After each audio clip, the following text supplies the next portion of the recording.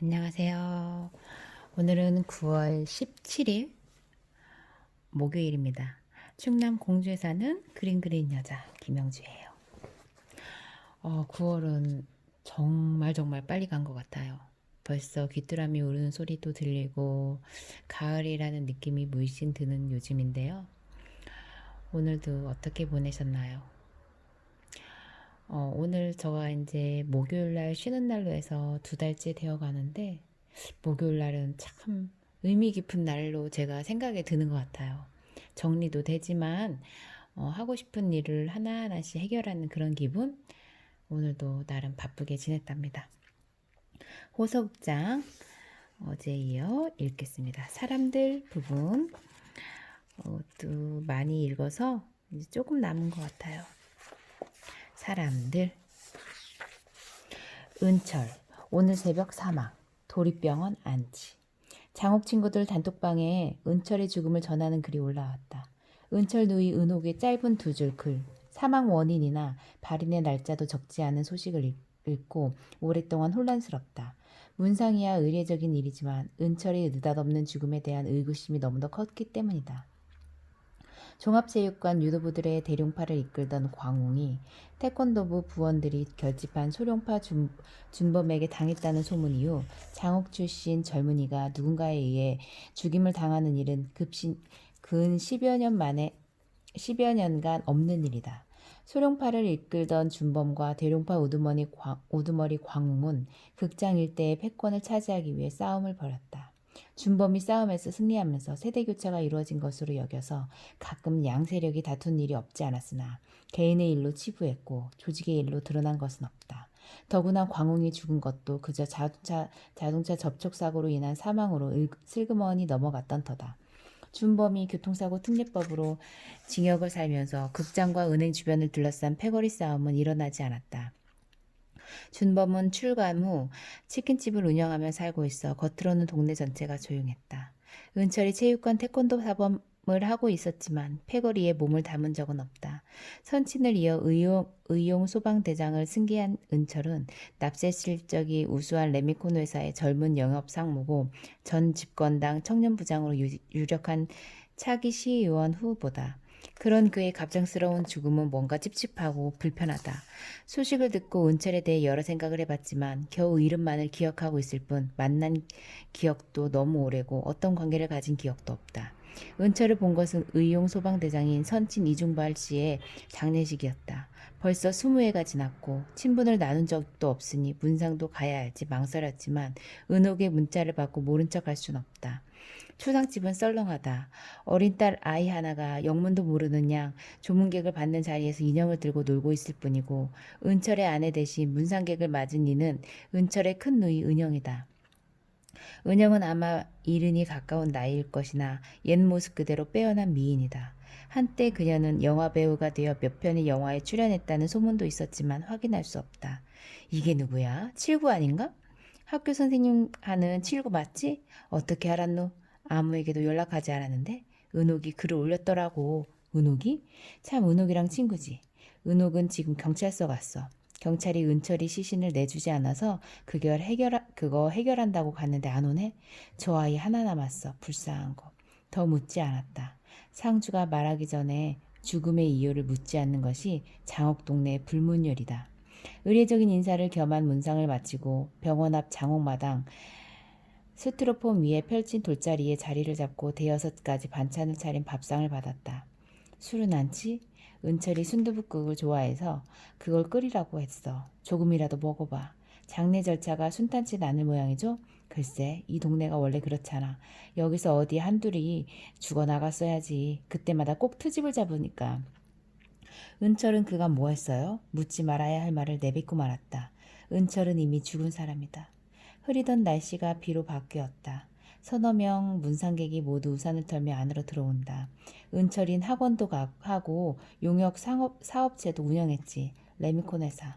그 선생도 알 거야. 진흥 레미콘. 거기 상무하고 있는데 갑자기 뭔 출마를 하겠다고 돌아다니더라고. 은철이 정당 일을 하니까 그래 그런가 보다 했는데 갑자기 이게 어찌된 영문인지 나도 몰라. 자, 쟤들 은철이 친구들이네. 좀 드셔. 잠깐 다녀올게. 은영이 서둘러 일어서고 문상객으로 들어서던 사내 중 하나가 얼굴을 아는 듯 고개를 숙여 인사한다. 기억이 없어 얼버무리고 있자 사내는 약간 무안한 듯 조문실로 서둘러 들어간다. 순간 아, 가명상회? 비로소 그가 가명상의 막내 아들 운하인 걸 떠올렸다. 전통시장 안에서 제법 큰 나이트클럽을 운영하고 있다는 말을 듣고 있다. 은영은 문상을 마친 젊은 사내들을 데려왔다. 형님, 참 오랜만입니다유. 이런 자리에 나 와야 형님을 뵈유. 운하유 아시죠? 아, 그렇지. 알고 있지. 아까 처음 볼 때는 순간 기억이 가물가물해서 누군가 했는데 금방 떠올렸네. 기분 상하지 않았나 모르겠어. 그래, 사업은 좀 어떠셔? 아이쿠, 기분 상하다니 무슨 말씀이래요. 그런 거 없슈. 사업이랄 건 아니고요. 구멍깡개요. 들어오는 손님도 요샌 통 없고요. 일하는 애들 인건비도 안 나와서 정리할까 생각 중인데요. 그건 그렇고 저기 얘 아시죠? 달구 형님 동생 영구요. 얘가 잘 나가요. 사금용 하는데 나도 얘 신세 많이 지거든요. 저놈은 잘 모르실 거요. 워낙 사이가 나서. 우시가 너 어서 인사드려라. 우리 장옥동네 형님이시다. 그림도 그리시지만 학교 선생님도 하시고 시방 퇴직하셨죠? 너 임마 형님 뵌 걸 영광으로 알아야 혀. 운하는 극장 간판을 그리던 것을 아직도 기억하고 있다. 어려 보이는 우식이 자리에서 일어나 넙죽 절한다. 서둘러 맞절을 했다. 그래? 달구 형님 동생이시라고? 달구 형님께서는 어찌 계시나? 큰형님은 병원에서 살다시피 하시죠. 풍인디 몸을 추스리지 못하시더라고요. 죽어야 한다고 했었는디 말이지 그게 어찌 될 일이 간디요? 젊은 사내들은 자리에 앉자마자 소주잔을 마구 비운다. 은영이 눈치 빠르게 소주 서너 개를 더 가져와 옆에 앉는다. 김 선생은 술 안 먹어. 잔 들이지 마. 형님, 약주 안 하시죠? 성결교회 다니시니까 요즘은 글 쓰신다고 들었슈. 바쁘시죠? 운하는 붉게 버무린 간재미회를 한 움큼 입에 넣고 우물거린다. 바쁘긴 사는 게 다 같지. 무슨 소리래요. 그래도 형님이 우리 동네에서 어디 선생님 하는 사람이 있간디요? 형님은 맨날 책 보시는 거 좋아하셨잖요. 우덜은 형님이 진작부터 글도 쓰실 거라 알고 있었슈. 당황스럽다. 사내들의 태도는 아주 깍듯하다. 은영이 운하의 빈잔을 얼른 채운다. 운하는 거침없이 묻는다. 큰누이 결과는 안 나왔쥬? 지돌이 경찰서로 갈 걸 그랬나 봐요. 자네들이 간다고 해결될 일인가? 은옥이 갔으니까 뭐라고 하겠지. 은영은 큰 기대를 하지 않는 말투다. 은옥은 자정이 다 되어도 돌아오지 않았다. 은철의 장례는 계속 연기되어 일주일이 지나서야 겨우 가족들에게 시신 인계되어 다음날 장례를 무사히 치렀다고 은옥은 카톡방에 올렸다. 은옥을 한번 만나야겠다고 생각을 했지만 달리 연락을 취하진 않았다. 은옥을 만난 것은 해가 바뀐 뒤다. 풀꽃 카페에서 두서없는 인문학 초청 손님권으로 운영위원인 작가들과 모였을 때다. 카페 출입문을 열고 들어서는 중년의 여인이 언뜻 은옥이다. 조용하고 다소곳하게 애인절 트럼펫꽃이 소담하게 매달린 자리로 가서 앉는다. 풀꽃 카페는 화원을 겸하고 있는 유리 온실을 카페 벽에 덧대어 계절에 앞서서 갖가지 꽃들로 늘 치장하는 편이다. 그중 에인절 트럼펫 꽃은 온실 중심을 차지하고 큰 꽃들을 치렁치렁 내려뜨려 손님들 마음을 즐겁게 한다. 당장이라도 천사들의 나팔 소리가 들릴 것 같은 환상을 위해 카페 주인 조사장은 늘 클래식 음악을 틀어 실내는 작은 연주회장 분위기를 풍긴다. 은옥은 커피를 주문하고 누군가를 기다리고 있다. 잠깐 자리를 옮겨 대화라도 할까 했으나 인문학 강연과 관련한 얘기가 좀처럼 마무리되지 않고 격렬하다. 이번 달 인문학 강연은 자연미술에 대한 심층적인 접근을 하자는 의견이 지배적이다. 이미 세계적인 유파로 확산된 자연미술은 그 발상지가 공주 금강이다. 비엔날레를 앞두고 자연미술과 금강에 관련된 관련성에 대해 작가들의 담론과 실제 작업 이야기를 듣길 원하는 의견이 많다. 공교롭게 자연미술을 시도한 화가들이 모두 어릴 적 친구들이다. 자연미술 영역을 개척한 이응호 화백에게 강의를 부탁하기 위해 전화를 걸자 이응호 화백의 목소리가 밝다. 나야 김칠구. 우리 두서 없는 인문학에서 자연미술 연속 강의를 계획하고 있거든. 이 화백이 이 일을 맡아주면 해서 어때? 그래? 사람들이 지루해하진 않겠지? 재밌게 해줘야지. 허교수부터 시작하면 좋겠는데. 요즘 만천명월이 방송 타면서 마구 뜨잖는가? 그래도 좋고 일이야말로 내가 바라던 걸세. 내가 해야 할 일을 김 작가가 자리를 폈으니 내가 고맙지. 당연히 해야지. 자연미술 연속 강의는 괜찮은 시도다. 금강 일대에서 펼쳐지는 자연미술의 공간을 강의 공간으로 가져와 재민천 인근에서 펼친다는 사람 사는 중심 공간에서 사람들과 자연미술이 결합하는 계기가 될 것이다. 첫 강연은 허강화백의 만천명어를 소개하고 달을 소재로 한 그의 작업 전반에 대해 듣기로 했다. 두 번째 강연은 이응호 화백의 노마딕 아트 프로젝트로 코트디부아르에서 작업한 결과에 대한 검토와 소개를 중심으로 대담을 진행키로 했다. 셋째 강연은 고승현의 금강자연 미술 비엔날레에 대한 이야기를 들을 참이다. 특히 중부대 허강 교수에게 호석장 옆 재민천의 그의 작품이 만천명어를 띄우고 어릴 적 지녔던 꿈을 되살리면 어떻겠냐고 묻자 허 교수는 강연한 날 퍼포먼스로 달을 띄우겠다고 흔쾌히 말한다. 허 교수의 말을 참석자들에게 전하자 참석자들은 기대 이상의 성과에 기분이 좋아 박수로 환호한다. 운영위원인 유진함 시인이 벌떡 일어나 정읍사 구절을 낭송하여 흥을 돋군다. 참석자들도 유 시인의 선창을 받아 모두 달아 높이곰 달다샤 도다샤 좋다를 따라 외친다. 제법 흥미로운 분위기다. 은옥이 차를 마시고 슬그머니 자리에서 일어서는 것을 보았다. 문득 은옥을 따라 나서야 하는지 고민했다. 물론 은옥이 풀꽃 카페에 온 다른 이유가 있을 것이다. 그 이유도 모르면서 선뜻 은옥을 따라 나서기 민망하다. 그것은 은옥이 앉은 자리에서 올린 카톡방 문자 때문이다. 호석장 달이 재민천에 달을 띄운다고 하시네. 과연 재민천에도 달이 뜰까? 내게 그런 달은 없었거든. 오늘 참으로 우연히 그대를 만나 기분이 좀 풀렸어. 만천명월이라 했지. 이제 오사장을 용서하러 갈 거야. 알 수 없는 내용이지만 얼굴이 붉어졌다. 은옥이 나간 카페의 출입문을 오랫동안 바라봤다.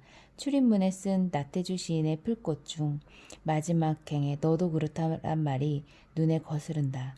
은옥은 그 말을 공감할 수 없는 모양이다. 은옥은 호석장 문을 닫을 때까지 극장을 떠나지 않았다. 은옥은 혼인을 했는지 어디에서 살고 있는지도 모른다. 다만 은옥이 호석장에서 여러 일을 한 것은 안다. 극장을 찾은 손님들이 현저하게 줄어들어 경영이 어려워지고 월급을 몇 달이나 지급하지 못하게 되자 영사주임은 느닷없이 영사실을 닫고 사라졌다. 영사주임의 입장으로 부득이한 일이나 이미 극장에서 관객들이 들어와 영화 상영을 기다리고 있을 때다. 제때 영화가 시작되지 않자 관객들이 아우성을 쳤고 극장이 혼란에 빠져 우왕좌왕할 때 갑자기 영화가 시작되었다.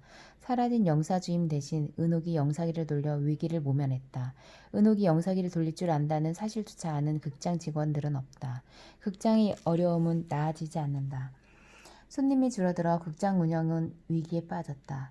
이익을 우선하는 영화 배급사는 관객들의 인기를 얻는 영화를 흥행 수익이 높은 다른 극장으로 돌리기 일쑤다. 영화 상영으로 얻은 수익은 철저하게 당일 수입을 극장과 영화 배급사가 일정 비율로 배분하는 것이 관행이다.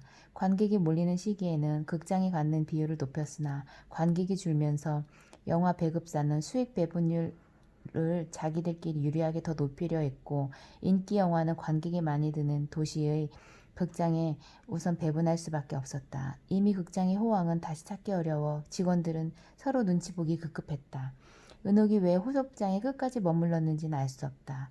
은옥은 극장 청소부터 매점, 매표실, 영사실, 전단지와 포스터를 붙이는 일을 맡는 홍보실 업무까지 하지 않는 일이 없다. 늘 극장 안에 머물고 있었다.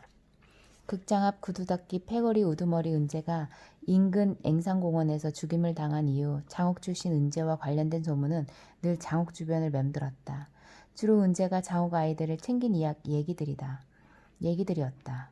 장옥 동네 아이들은 학교를 가거나 집으로 돌아올 때 은재가 구두를 닦고 있는 것을 구경하거나 은재가 시키는 간단한 심부름, 은행이나 인근 다방에서 구두를 맡기고 기다리던 손님들에게 구두를 가져다주고 돈을 받아오는 일을 했다. 특히 광을 낸 구두를 가져다주고 닦아줄 구두를 얻어오는 아이들에게 은재는 어김없이 대통사 아이스크림을 하나씩 챙겨주었다. 아이들이 은재에게 의지한 까닭은 얻어먹는 아이스크림 때문이 아니다. 은재가 버티고 있어 장옥동네 아이들은 재민천 다리 건너 반죽동이나 중학동 산성동 아이들에게 얻어맞지 않는다고 확신했다. 물론 은재가 학교에 나타나 장옥 아이들을 괴롭힌 다른 동네 아이들을 혼내는 것을 본 적은 없지만 아이들은 그렇게 믿었다. 다른 동네 아이들과 싸움이 붙었다가 밀리면 은재에게 이르겠다는 말 한마디에 상대방은 그만 물러나곤 했다. 그런 은재가 어느 날 죽었다. 장옥 동네 아이들은 영문도 모르고 그 소식을 듣고 은재가 생각날 적마다 울었고 며칠 동안 움츠러 들었으나 열흘이 지나자 다시 전처럼 그런 일이 언제 있었는지 관심조차 없었다. 하지만 도립병원 앞 잡화가게 은옥은 달랐다. 장옥 동네에서 가장 노래를 잘하고 예쁜 여중생 은옥은 은재가 죽었다는 소식을 들은 날부터 학교에 가지 않고 집안에 처박혀 밖으로 나오지도 않았다. 은옥과 함께 학교에 다니는 동네 여자아이들의 입에서 번진 소문은 요상했다. 은옥을 탐내는 고등학생들과 싸우다가 은재가 죽었다는 말이 돌다가 은재가 죽은 것은 은옥과의 관계가 들통이 나자 은옥 아버지에게 얻어맞고 죽었다는 말도 있었다. 하지만 은옥이 아버지를 경찰서에 부르지 않자 그 소문은 슬그머니 사라졌다. 소문이 가라앉은 지 2달 정도 지난 후 은옥은 학교를 그만두었다. 여학생들은 은옥이 애를 갖게 되었고 이미 배가 불러 부득이 학교를 자퇴했다는 말을 퍼뜨렸다. 하지만 학교를 자퇴한 은옥은 아무런 변화도 없는 몸으로 호소극장에서 일을 시작했다. 은옥은 매표실에서 표를 팔거나 극장에 손님이 밀려 매점에서 군것질 머리를 팔았다. 극장은 관객들이 몰렸고 은옥은 늘 바빴다. 극장 안을 자유롭게 들락거리는 사람들은 인근 동네 사람들만이 아니라 다방 아가씨들도 수시로 들락거린다. 다방 아가씨들이 주로 드나드는 곳은 영사실과 간판실이다. 간판실은 극장 왼쪽 골목을 통해 직접 들어가는 문도 있으나 아가씨들은 의례 극장 출입문을 지나 간판실로 간다. 간판 주인이 커피를 훌쩍거리는 동안 아가씨들은 좌석을 차지하고 영화를 본다. 커피만 나눠주고 곧장 돌아오라는 다방 마담의 말은 언제나 귓전이다. 영사주임은 아예 화면을 볼 수 있는 자리를 영사실 안에 마련해 둘 정도다. 아가씨들은 영사주임이 커피를 마시면서 허벅지나 엉덩이를 만지는 정도는 대충 모르는 척한다. 쉬는 날이면 언제나 공짜로 영화를 보는 기회를 주기 때문이다. 다방 아가씨들이 들락거리는 것을 금비녀는 아주 싫어했지만 금하지는 않는다. 금비녀는 은행 옆 연지다방과 난초다방 사장과는 수시로 돈 거래를 한다. 다방 사장은 아가씨들이 벌어들이는 현찰을 가졌고 금비녀는 그들에게 낮은 이자로 급전을 빌린다. 부득이 빌린 급전은 인기 좋은 영화를 사흘씩 몇 차례만 돌리면 해결될 일이다. 관객이 많이 드는 영화를 돌리고 하루 악기를 지으면 다방에서 빌린 급전을 갚는 일은 걱정할 일이 아니다. 흥행사업에 정통한 영화 배급사 사람들은 인기가 좋고 관객이 몰리는 영화는 예상 수익금을 늘 선수금으로 요구했다. 손님이 몰리는 영화를 돌릴 곳은 호석장이 아닌 다른 지역 극장도 많기 때문이다. 금비녀는 늘 속이 탄다. 극장은 흥행이 우선이지만 선수금은 늘 불안하다. 어쩌다가 손님이라도 덜 들면 선수금으로 내준 돈은 고스란히 극장이 감수할 손해다. 극장에 늘 현금이 돌고 쌓인다는 말을 알고 보면 허세다. 금비녀는 돈에 허덕이지만 절대로 은행에서 돈을 빌리진 않는다. 은행은 담보를 원했고 금비녀가 담보로 내줄 수 있는 것은 극장 지분밖에 없기 때문이다. 금비녀는 늘 두루마기까지 챙긴 한복을 입고 머리를 쪽지고 비녀를 꽂는다. 가끔 온전한 금비녀를 꽂기도 하지만 주로 은바탕에 금으로 글씨를 새긴 비녀를 꽂는다. 그래도 극장 사람들이나 인근 사람들은 그녀를 금비녀 사장이라 부른다. 금비녀는 동네 사람들에게 매우 상냥하게 대하고 항상 웃으며 먼저 인사하여 평판이 좋다. 물론 가끔이라도 영화를 공짜로 보려고 배려한다. 그런 까닭으로 재민천변 대통집 앞에서 윷놀이로 내기를 걸어 술을 마시던 사람들도 금비녀를 보면 그녀가 먼저 인사하기도 전에 고개를 숙여 인사하며 의뢰 나오셨구먼요 라고 너다없이 말한다. 금비녀를 대하는 태도가 마치 주인댁 마님을 대하는 모양이라며 목욕탕 이사장은 늘 투덜거린다. 목욕탕 이사장은 이 동네 사람이 아니다. 어딘가에서 목욕탕을 하다가 왔는데 한때는 온천수가 펑펑 솟는 큰 목욕탕을 했고 그 목욕탕은 아들에게 내주고 용돈벌이나 하러 왔다고 늘 흰목을 친다. 그가 처음 동네에 목욕탕을 냈을 때 그런 말을 믿는 동네 사람들은 혹 신세라도 질 요량으로 막걸리 대접을 하려고 앞을 다투곤 했다. 하지만 목욕탕 사장은 동네 사람들에게 공짜 목욕탕 입장은 절대 없다고 선을 그었다. 심지어 어린아이들을 데려오면 그 아이들까지 꼬박 돈을 계산하라고 요구하는 바람에 아이들 앞에서 체면이 상하기 일쑤다. 동네 여자들은 욕을 퍼부으며 아이를 앞세우고 재민천 다리 건너 한참을 걸어 봉황동 무궁화 목욕탕으로 간다. 무궁화 목욕탕 주인은 호석장 인근 사람들이 오면 의뢰 어린아이들은 그냥 들어가라고 융통성을 발휘한다. 딸이 영화배우가 되어 영화에 출연하기 시작하자 목욕탕 주인은 극장 동네 사람들은 남 같지 않다고 허세를 부린다. 아이 둘을 데려간 동만내는 무궁화 목욕탕 여주인이 웃으며 아이들 사용료를 내지 않고 그냥 들어가라는 말을 했다며 너무 고마웠다고 온 동네에 소문을 퍼뜨리기도 했다. 실상 동만 아비 신목수가 무궁화 목욕탕 여주인의 미모에 빠져 여주인이 부르면 다른 일을 제쳐두고 달려가 옷장을 고쳐주거나 손님들이 깔고 앉은 나무 받침을 수선해주곤 하는 것을 그녀만 모르고 있다. 금비녀가 대통교를 지나 집으로 가면 금비녀의 아들 형국은 대통집 밖으로 나와 육군들과 합세하여 술래기에 참여한다. 형국은 술이 약해 막걸리 서너 잔이면 얼굴이 불화해지고 제정신을 차리지 못한다. 윷놀이에서 이기거나 지거나 실없이 웃으며 술값을 내거나 현금이 없으며 외상을 그으려 한다. 대통집 주인이 말려도 소용없고 다음날 대통집 주인이 술값 얘기를 하며 싱글거리며 지전을 꺼내 갚는다. 술 욕심이 많고 눈치 빠른 동네 사내들은 형국이 대통집에 들르면 을의 술래기 유판을 시작한다. 형국은 서울에서 대학을 졸업했으나 고시에 실패하고 집으로 돌아와 지내고 있었다. 늘 술에 취해 비틀거리기 일쑤다. 그런 아들의 모습에 지친 금비녀는 평소 친분이 두던 부군수 부인에게 일자리 청탁을 넣었다. 그 청탁으로 형국은 임시직이긴 하나 별로 할 일도 없는 공산성 관리직원으로 채용되었다. 대학에서 법학을 공부한 인재인 까닭으로 군에서도 공산성 계약직 관리직원으로는 과분한 처지다. 형국은 부군수가 군수로 승진되어 공주로 돌아오자 정식 직원으로 특채되었다. 그러나 실제 그가 해야 하는 일은 사람들이 임으로 산성에 돌을 캐가거나 나무를 땔감으로 잘라가는 일을 막는 일이다. 예전부터 공산성 산감에게 치도곤을 당한 적이 많은 동네 사람들은 산성에서 벌목하는 일을 버리지 않는다. 간혹 산성에서 굴러내려온 돌을 모래 수레에 실어가 부엌이나 장옥간에 쌓는 일이 있지만 그것도 경찰에게 들키면 큰 벌금을 무는 일이어서 산성 아래에 사는 사람들이나 간혹 할 일이다. 형국은 산성 아래 간이식당에 들러 막걸리를 마시면서 시간을 보내다가 산성을 한두 바퀴 돌다가 집으로 사라진다. 남에게 심한 말을 하지 못하는 심성 때문에 얼굴이나 비치면 된다는 속셈이다. 그로 인해 형국은 늘 술에 취했고 가끔 성한 누각이나 고목이 된 상수리 나무 아래에 자리를 펴고 잠을 잔다. 그렇다고 해서 군청에서 그런 근무 태도를 굳이 찾아내 나무라는 일은 없다. 문화재를 관리하는 계장이 가끔 산성에 들를 때도 그를 찾기도 쉽지 않고 특별한 문제를 일으키지 않는 형국에게 굳이 달리 할 말도 없다. 금비는 형국의 그런 형편을 모른 척했다. 오로지 형국이 어디선가 데려온 형국의 아내가 집안을 잘 건사하는 것만으로도 늘 대견스러울 뿐이다. 금비녀는 손녀로 나비를 얻게 되자 세상 부러울 것이 없었다. 게다가 생활력이 강한 며느리집 창고와 담을 얼고 가면길에 세탁소를 열었다.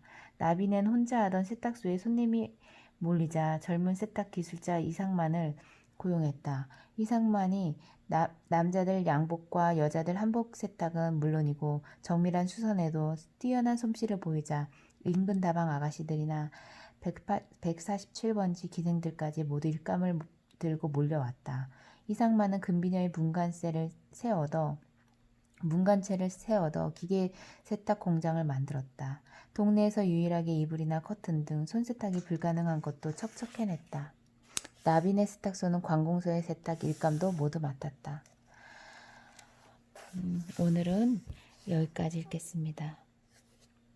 호서극장 김홍정 소설, 김홍정 작가님의 연작 소설입니다. 감사합니다.